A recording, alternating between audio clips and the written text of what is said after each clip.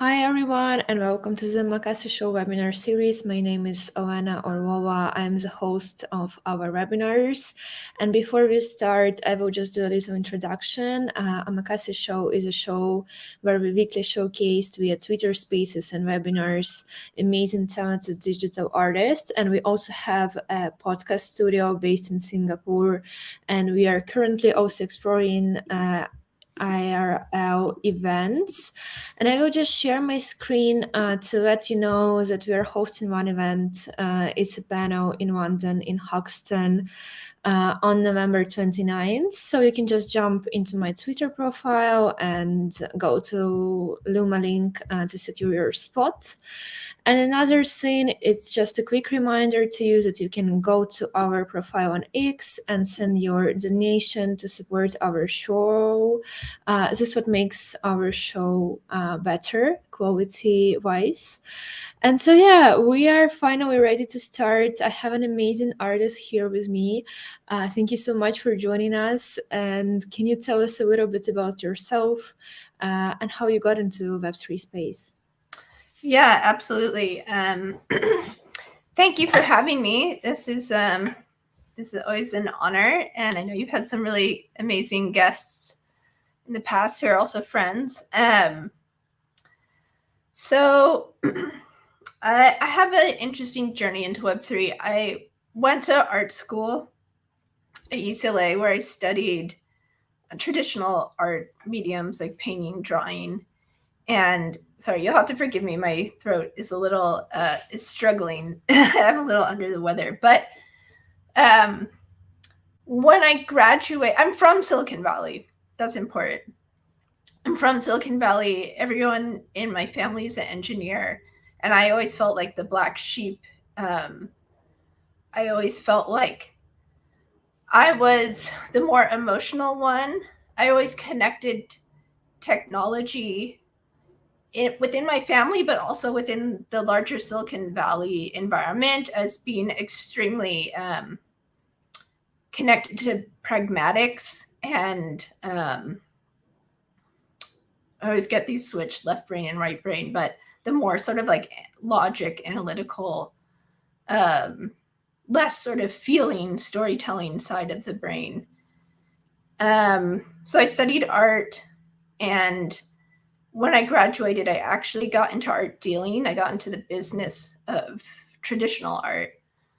And I ran a gallery called Night Gallery for almost 6 years. That really took me like deep inside the traditional art market, where I almost got completely disenchanted with the art world and really had a hard time seeing it as specifically paintings as anything other than luxury commodities, because I think in the traditional art world, 92% of all sales volume is paintings. So it really is what makes it's the bulk of that market. But when I turned 30, and I just realized I was, even though I was successful and featured in like the New York Times and W Magazine, and that I was really unhappy, and it had a lot to do with like being so uninspired. There's more to it than that, but that was definitely a part of it.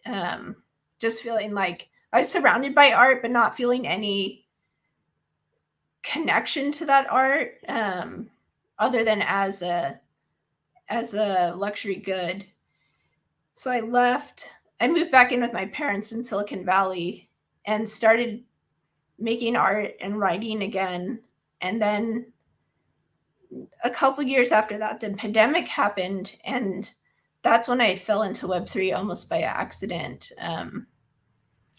My partner at the time had a friend who had who was a painter, and he had minted an image of his painting and sold it separately from the painting. And I thought that was so, like, why would anyone pay for that? But I was intrigued. And so I did that with some of my paintings. I minted them, just the images of the paintings, on the blockchain on OpenSea. And then they sold right away to a really amazing collector who 2 weeks later invited me to be in a benefit auction with 7 other artists, one of whom was Beeple, another of whom was Rafik Anadol. And this was just like a week or two after Beeple's $69 million sale.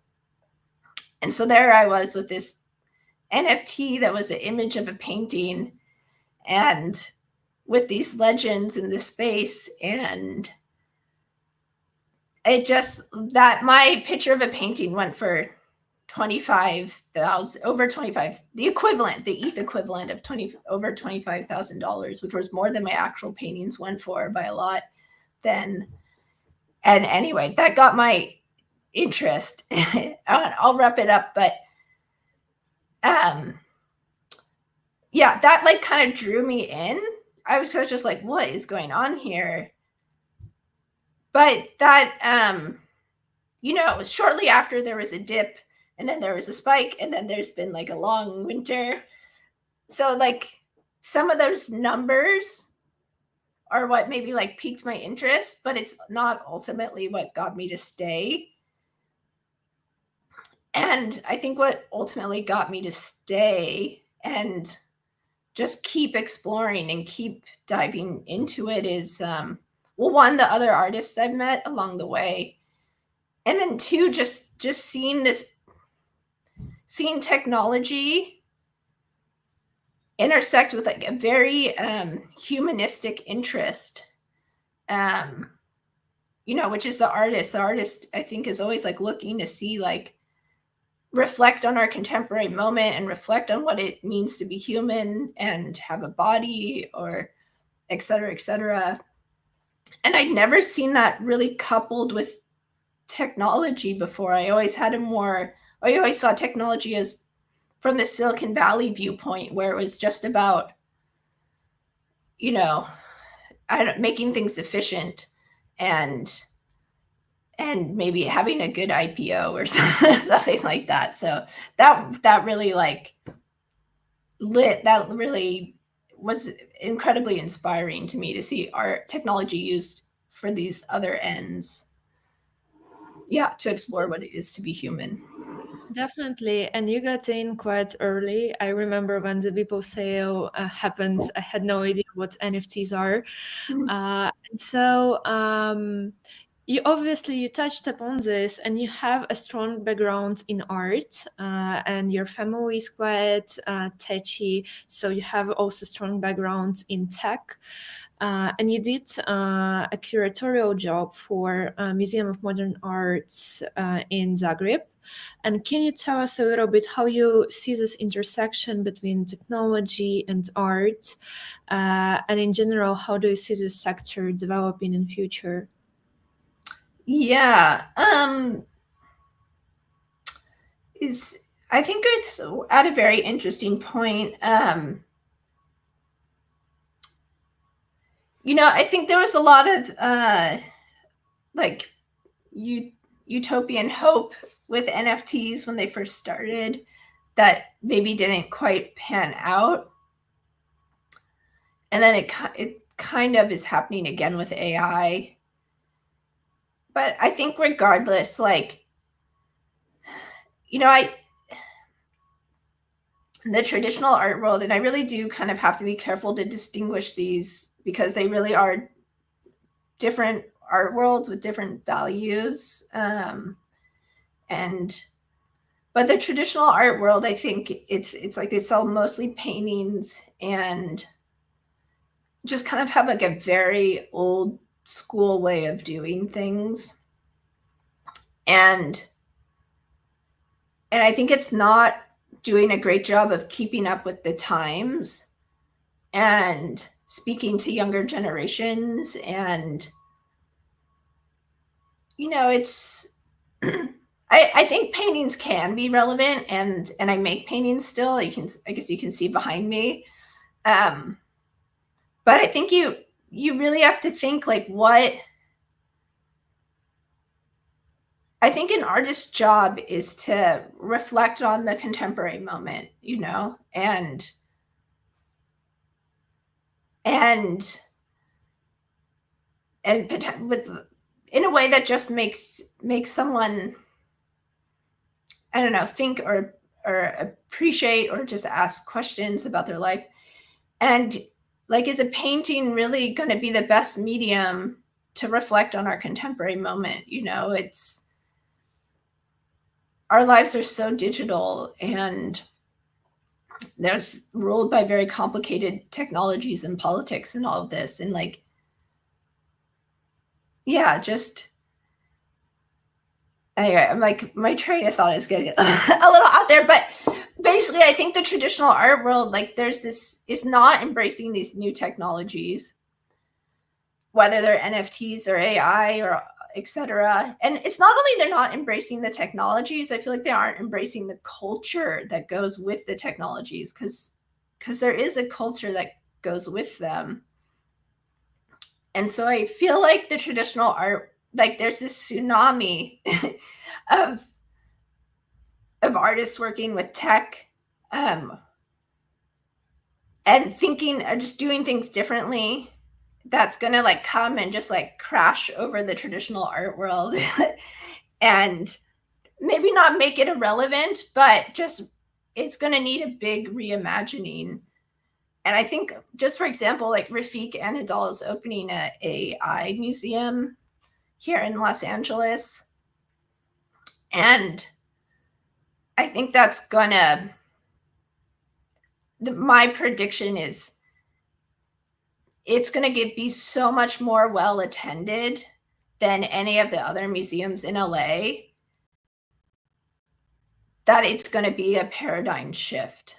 And yeah, people are like, artists working with AI, artists working with making NFTs, you know, working with the latest technology, like there's going to be a serious spotlight going to them more than there is now. By the way, like from the top of my head, you mentioned this museum opening in LA, and as far as I remember, you also have a LACMA museum, which also showcases NFTs. And maybe you've seen this shift, and if the shift to showcase digital art in this museum influence the amount of visitors or not. Yeah, it's so interesting. So LACMA is sort of embracing NFTs and digital art, but not really. More so than a lot of other museums. Like, I think, you know, there was this, NFTs had this big moment, and a lot of the traditional art world was like, they didn't want to deal with it. And then they except for Christie's really embraced it. But for most of them, they're like, we don't really want to deal with this. And then a year later, they're like, okay, we'll like dip our toe in.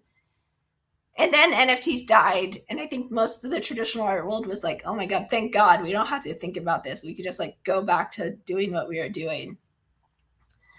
And that's the big mistake, because I feel like NFTs in some ways were just like the warning of like a much bigger tech art movement that's coming, that is probably has more to do with AI. Yeah, like they were just a harbinger of this much bigger phenomenon that's coming. And but LACMA is like, unlike a lot of other museums, is still exploring it. But I have one of my collectors actually who owns this tiger NFT that's our background. He's on the board. He actually created a digital leaders collector circle at LACMA. And they need 10 people to like minimum. And he's actually like kind of struggling to find some of those people.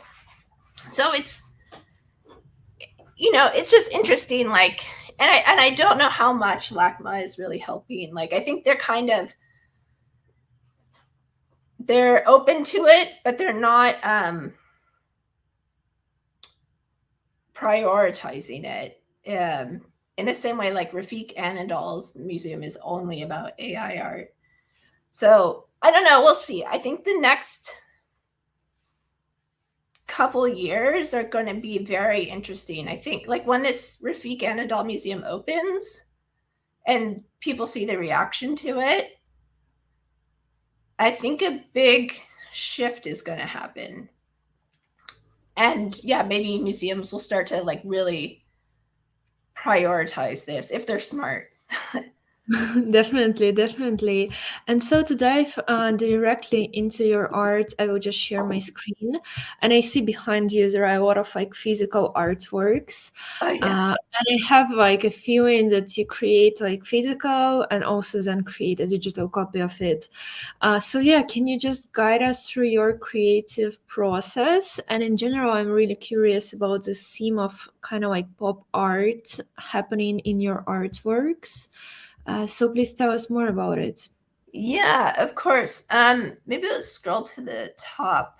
Or let me think. Well, actually, scroll down a little bit to the Medusa. I'll, actually, this is good right here.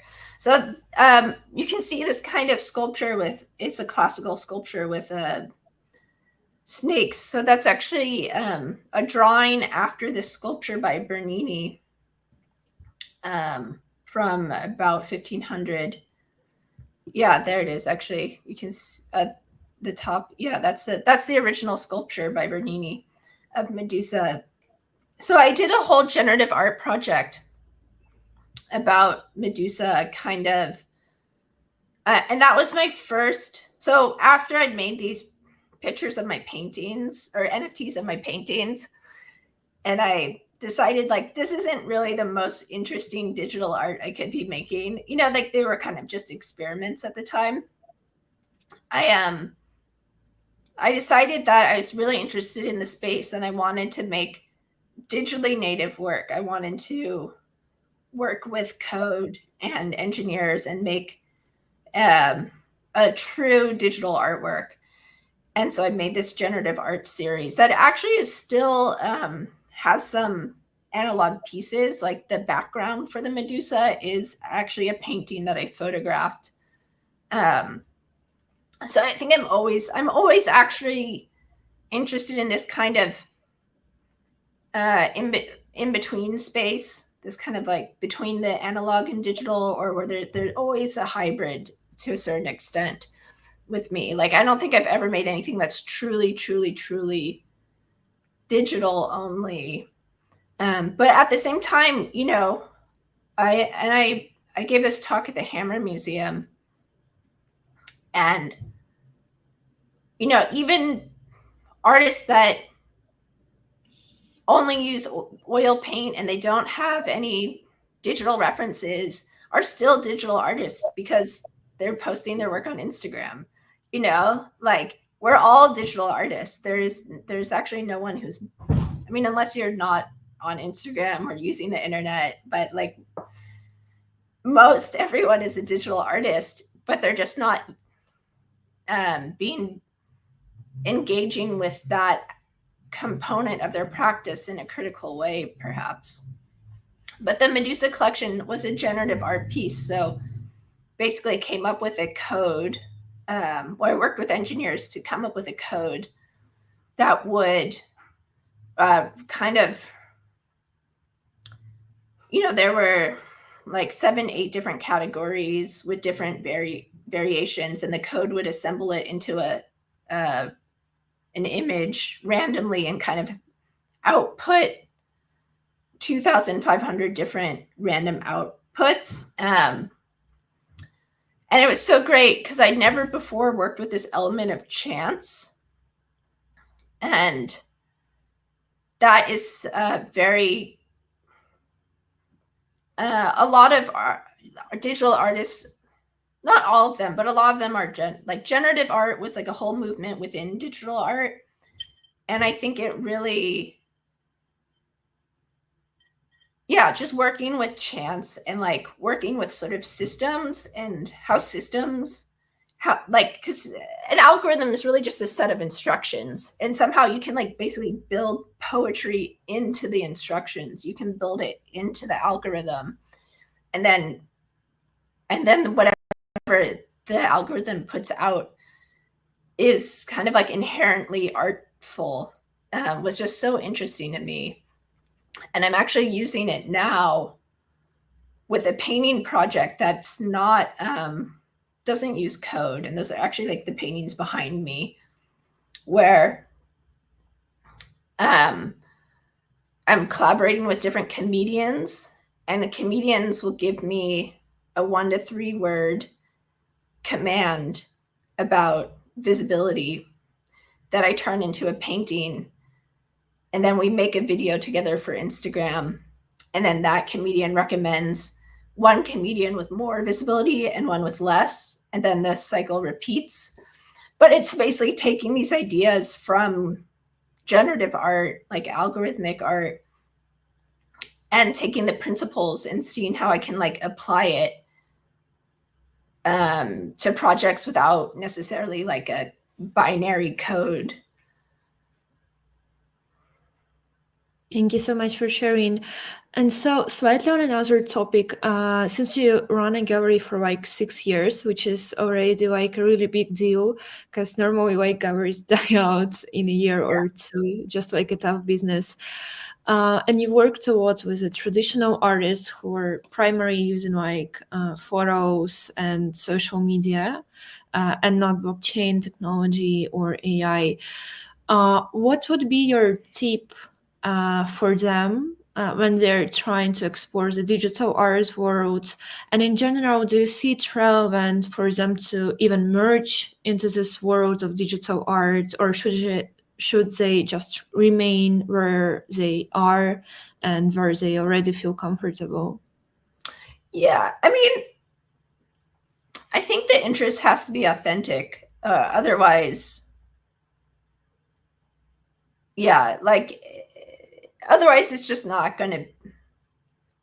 There has to be an authentic interest, you know. But I think what I encourage anyone at all to do it's just to look at a lot of digital art and to spend some time, because you might not think that you are a digital artist, or like you might look at some AI art or NFTs and be like, oh, I don't like this. I don't relate to this. This doesn't speak to my practice at all. But I think you kind of just have to keep digging, and then eventually you'll kind of come across a digital artist that does speak to your practice. And then you can kind of imagine yourself making something similar, but in your own authentic voice. I mean, that's what happened to me. Like I didn't, when I first got into the digital art space, I didn't relate to a lot of the work being made. Like I felt a lot of it was just like hyper realistic, almost like commercial, if that makes sense. Like it was very like hyper graphic visual effects, and I was making more like pop art paintings, you know, and they were simpler and yeah, less sort of like slick and like digitally slick. I wasn't really interested in the digital slickness, but I kept just looking and looking, and eventually I stumbled upon a lot of artists that I really liked that weren't making that kind of art at all. And I could kind of start to imagine my own practice, like how some of their techniques and attitudes I could adopt, and with my own language and my own visual language and my own interests, how I could kind of adopt some of their practices. So that's what I would suggest, is just like look and keep looking. Like don't get put off by the first artist that you encounter, because there's so many digital artists actually making so many different kinds of work. There's kind of a digital artist for anyone out there. Definitely. And so the final question, I just wanted to you to share your upcoming plans, maybe upcoming exhibitions or artworks that you're working on or collections. So tell us more about it so we can stay posted. Yeah. So I have I sort of have 3 big projects that I'm working on right now. One is a memoir about my time as an art dealer. That doesn't really have anything to do with digital art, but I've been working on it a long time, like 8 years. And so it's currently my agent is sharing it with publishers right now. But the other 2 art projects that I'm working on, one is and I'm collaborating with a couple different artists on this. Francisco Garcia Nava and Sutu, who goes by Sutu Eats Flies. It's a chapel with a confessional booth inside it with an AI priest. So I'm really excited about that. And we're building out the sort of pitch deck for it right now. But it kind of started off as just me and Francisco, who I'd worked with before on some of my digital art, batting around ideas. And he had grown up Catholic. And so, yeah. And then, I don't know, I feel like it really got fire when Sudo has sort of joined it. But, there's a Turkish study done in 2021 that people feel more comfortable with an AI therapist than a human therapist. So I think it has a lot of potential. And then the other project is this collaboration with comedians where I make a painting. Like, they give me words, I make a painting, and then we post a video together on social. And I don't know if we're able to go to my social real quick and show one of the videos, but yeah, let me check. Yeah. I'll just speak to this real quick. Something now that I've been involved with the digital art world for a number of years, I also see some of the holes in the digital art world. And I felt that a lot of these artists were working with this is great. But let's play it. Let me finish and then we can play it and maybe end it on Sounds that. good. Yeah. Play it with the sound. A lot of these digital artists were working with the most advanced technologies, AI, blockchain, etc. But they weren't really talking. They weren't using social media in any kind of interesting or critical or playful way. They weren't really talking about it because I think to them it was a little bit more of just like a passe marketing technology. But social media is such a global, pervasive technology, and we're really starting to understand the effects of it right now. Like, there's a lot of studies showing that it negatively affects dopamine level productions. That the like buttons combined with the like smartphones, somehow it really adversely affects our nervous systems. And so it's created a lot of anxiety and depression, especially with younger generations. So I wanted to do, like, it felt like it was, like, social media as a topic was like falling through the cracks. Like, it was too techy for the traditional art world, but in some ways it like wasn't techy enough for the digital art world. And yet it felt like it was this like technology that impacts everyone, like almost everyone in the globe. So how can we not be having critical conversations about it? So that was, and maybe just a little context for this video. This is a woman who writes for The Simpsons, which is a show that's been on, like, I don't even know, like 30 years or more. But the words she gave me were limit the replies, which I turned into a painting. And then this video is her explaining what those words mean to her. And they're very Twitter/X specific. But yeah, so we can watch that maybe end there. Let's dive into it. So ideally, nobody would have access to the internet or to social media. But if you must have social media, which unfortunately I do, then my best advice is to limit the replies. Why? Because basically everybody on social media's goal is to prove that you're a bad person and they're a good person. So if you like post on Twitter that you saw a beautiful sunset, somebody will reply that you hate people who aren't facing west. And if you post asking for a good corn muffin recipe, someone will respond that you want every mom and pop corn muffin shop to go out of business. So limit your replies to just your friends who are going to say, hey, nice sunset, or are going to say, hey, here's a good corn muffin recipe. So ideally, nobody... Anyway, that's just the sense of the project. Wow, this sounds exciting. And I actually wanted to check on another project.